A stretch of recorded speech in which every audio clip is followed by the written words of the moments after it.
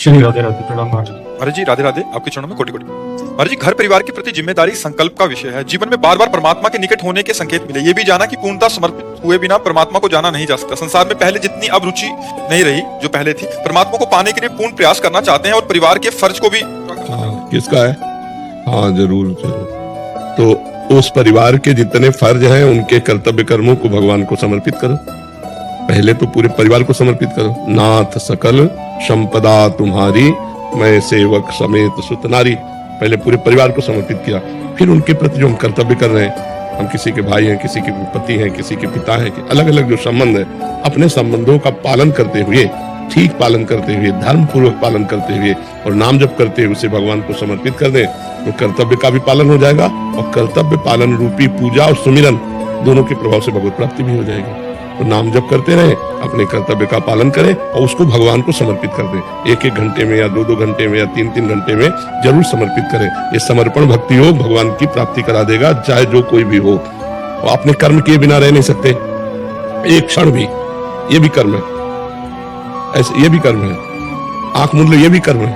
और अंदर चल रहा है, वो भी कर्म है। कर्म किए बिना एक क्षण टिक नहीं सकते।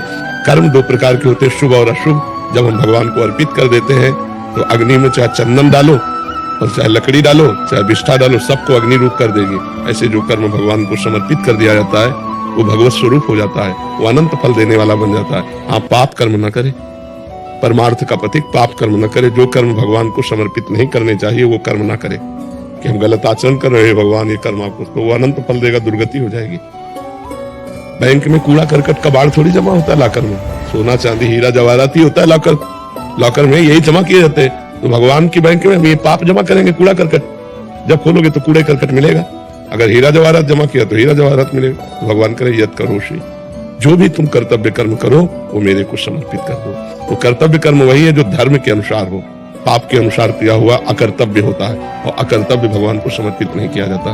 तो इसलिए अकर्तव्य करें ही ना, अपने कर्तव्य कर्म को करें और उसे भगवान को समर्पित कर दें और नाम जप करते रहे तो हम गृहस्थी में होते हुए अपने कर्तव्य कर्मों का पालन करते हुए भी भगवत प्राप्ति कर लेंगे। और अगर नाम जप नहीं रहा, भगवान को समर्पण करने की भावना नहीं रही, तब तो माया प्रपंच फिर तो फंसा ही फंसा जीव है।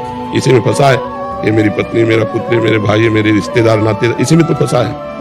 भगवान कभी कभी ऐसा होता है कि पढ़ाई करते करते लगता है कि चपरासी जी का और पद कर लो, लेकिन फिर लगता है कि पढ़ाई भी करनी है। हाँ, कर दे, बिल्कुल। लेकिन 87 जी का पद या फिर सेवा वाणी के पद करने का और करने से आपके नियम से ज्यादा करने का कभी कभी इच्छा होती है, तो लगता है। पर देखो, सुनो हमारी बात, 24 घंटे हैं, कितनी देर चतुरासी जी पढ़ोगे? 1 घंटा, 2 घंटा, 24 घंटे आपके पास है। अगर 12 घंटे आप पढ़ाई करेंगे तो भी 3 घंटे आपको चतुरासी जी के लिए, भजन के लिए मिलते हैं। हमने हिसाब लगा के एक दिन बताया था। तो आप सोचो, जब हमारा मन कह रहा है कि समय में चतुरासी जी पढ़ो तो पढ़ो, उसके बाद जो समय बचे उसमें अपनी पढ़ाई पढ़ो। खूब लंबा समय है आपके जीवन में, विद्यार्थी जीवन में बहुत सा ऐसा समय है जो आप लोग बर्बाद करते हैं। उसे केवल बर्बाद मत कीजिए। गेम है, सीरियल है, अपने मित्रों के साथ इधर उधर की उद्दंडता है, अगर ये ना करें और आप आवश्यक कार्य करें। एक दिन हमने गणित लगा के बताया था कि जैसे 12 घंटे कोई कार्य करे, 6 घंटे सो ले, 2 घंटे भोजन साधन के लिए, कितने हुए? 20 घंटे हुए। अभी 4 घंटे बचे, 1 घंटे मनोरंजन के लिए, 3 घंटे भजन कर लो। पूरा दिनचर्या छोड़ दी। उसे कोई भी कार्य 8 घंटा तक करता है। सरकारी काम 8, हम 12 घंटा छोड़ देते हैं कार्य के लिए। 2 घंटा भोजन के लिए पर्याप्त है, 6 घंटा सोने के लिए पर्याप्त है। अब बेईमानी करो तो बात अलग है, पड़े रहो तो बात अलग है। 6 घंटे में नींद हो जाएगी। 6 घंटे बहुत होते 24 घंटे में। और 3 घंटे बचे भजन के लिए, 1 घंटे मनोरंजन के लिए छोड़ दिया। अगर उसका विभाग सही करके आप प्रयोग करो, भजन के लिए बहुत समय, 3 घंटे नाम जप और वाणी पाठ बहुत हो जाएगा। आप करके तो देखो। हम प्रमाद स्थिति में अपना समय नष्ट ना करें, उसका सही सदुपयोग करें तो हमारे पास भजन के लिए बहुत समय है, शास्त्र स्वाध्याय सत्संग के लिए बहुत समय। अब जैसे स्कूल जा रहे हैं, जाते समय सत्संग सुन रहे हैं, कान में फिल्मी गाने की जगह सत्संग सुन रहे हैं। हम समय का सदुपयोग करें, केवल दुरुपयोग न करें, तो आपकी पढ़ाई के लिए भी बहुत समय मिलेगा, आपको मनोरंजन के लिए भी समय मिले। मान लो मनोरंजन करना है तो गंदे मनोरंजन न करके सात्विक मनोरंजन करें। गंदे सीरियल न देखकर सात्विक देखें। रामायण है, महाभारत है, कृष्णा है, ऐसे बहुत से सात्विक सीरियल चले जिनमें हमें अपने भगवान की महिमा जानने को मिलती है। अब ऐसे गंदे सीरियल देखो जिनमें गंदे आचरणों की बढ़ोतरी है तो हमारे अंदर गंदे भाव आएंगे। तो अगर हमारा मनोरंजन कहने का मतलब कि हम गंदगी से हटकर मनोरंजन करें, गंदगी वाला मनोरंजन न करें, तो हमारे जीवन को बहुत आनंद में व्यतीत करने के लिए भगवान ने 24 घंटे दिए हैं। 24 घंटे में हम समय का विभाग करके यदि अपनी दिनचर्या बनाएं तो हमें सत्कार्य करने के लिए बहुत समय है, बहुत समय है। तो हम अब आज के बच्चों की दिनचर्या हो गई कि 1-2 बजे तक जगते हैं और फिर सो जाते हैं, 10-11 बजे तक सोते हैं। ऐसे ये आध्यात्मिक उन्नति तो हो ही नहीं सकती। भगवान सूर्य उदय हो रहे हो, आप शयन कर रहे हो, तो आपकी आयु, श्री, बुद्धि, कीर्ति ये सब नष्ट हो जाएगी। तो हमें लगता है बिरला ही कोई बच्चा ऐसा होता होगा जो 4 बजे उठे, नहीं तो 8-9 बजे तक उठने का अभ्यास बन गया है। अगर इतने लोगों में पूछा जाए तो 2-4 लोग ब्रह्म मुहूर्त में उठते होंगे, क्योंकि वैष्णव है, नहीं तो सब सूर्योदय के बाद ही उठते होंगे। क्यों? हाँ, जो सत्संग सुन रहे हैं, दीक्षा लिए हैं, उनका तो शायद जीवन पहले से सुधार में होगा। वैसे अब प्राय ये चल पड़ा है 9-10 बजे तक सोने का। तो बच्चे नहीं उठते, मतलब जो जैसे उनको 8-10 दिन उठाओगी, 12 दिन फिर वो 1-2 दिन तो नहीं, फिर वही। हाँ, क्योंकि जब तक अपना उद्देश्य नहीं होगा, मान लो बच्चों का उद्देश्य स्वयं नहीं होगा, तब तक जबरदस्ती कितनी बार जगाया जा सकता है? उठा के बैठा ला, तुम गए फिर सो गए। अगर 10 बजे शयन कर जाए तो 11, 12, 1, 2, 3, 4, ठीक 4 बजे 6 घंटा पूरे हो जाते हैं।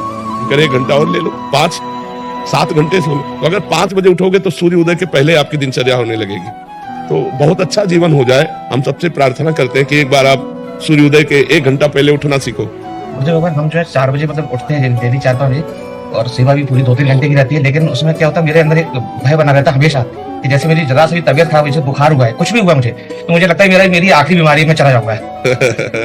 खूब नाम जप करो, अच्छा है, कम से कम डर तो बना रहेगा कि जाने का। हाँ, नाम जप करते रहो। मैं भी जैसे पढ़ाई कर रहा हूँ तो मैं कई बार देखता हूँ कि दिन में थोड़ा डिस्टर्बेंस रहता है घर में, तो मैं पढ़ नहीं पाता हूँ। तो मैं सिविल सर्विस की तैयारी कर रहा हूँ, तो मुझे 6-8 घंटे चाहिए होता है। तो रात को मेरे को जितना पीसफुल टाइम मिल पाता है पढ़ने के लिए, उतना दिन में नहीं मिल पाता। उस वजह से मेरा काफी समय। और ईमानदारी से यदि पढ़ाई करें तो कोई हानि नहीं है। पढ़ाई अगर ईमानदारी से, आप सच्चाई से पढ़ाई पढ़ रहे हो, आपको ऐसा लगता है कि रात्रि एकांतिक, तो रात्रि में तपस्वी लोग भी जगते हैं। मतलब जैसे अब हम लोग हैं तो हम 12:30 बजे बैठ जाते हैं। और जब 3-4 बजे का समय होता है, मैं कई बार सोचता हूँ कि मैं पढ़ाई करूँ कि ध्यान करने बैठ जाऊँ।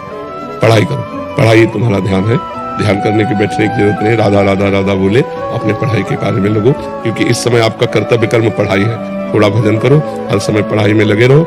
जब आपके पास समय एक्स्ट्रा हो तो उसे सतमार्ग में दे दो, नहीं तो पढ़ाई को भी भगवान में अर्पित कर दो। हम निषेध करते हैं गंदी बातों के लिए।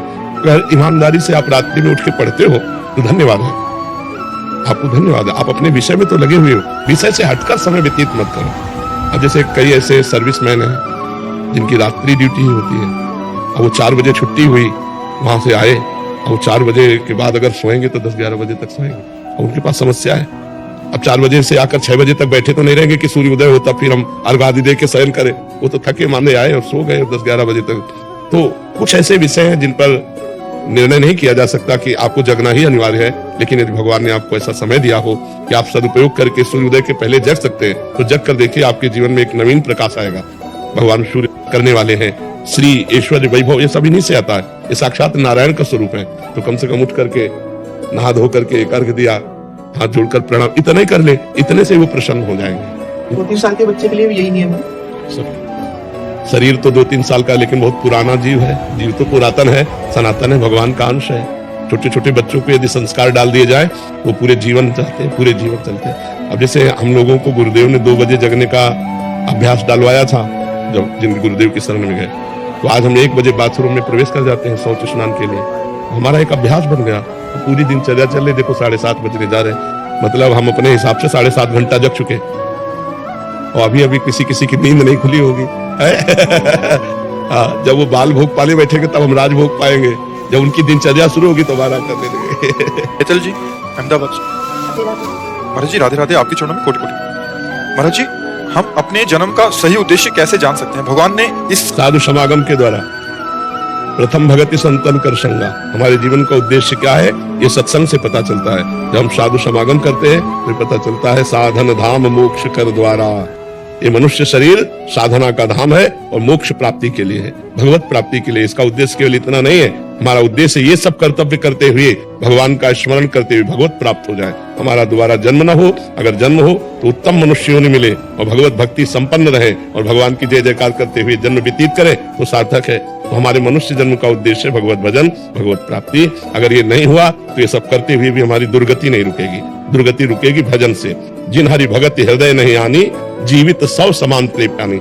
जिसके हृदय में भगवान की भक्ति नहीं, वो जीते जी मुर्दे के समान है। महाराज जी जब बहुत लेट पता चलता है तो बहुत अफसोस होता है। कोई बात नहीं, आखिरी श्वास भी काम कर जाएगी।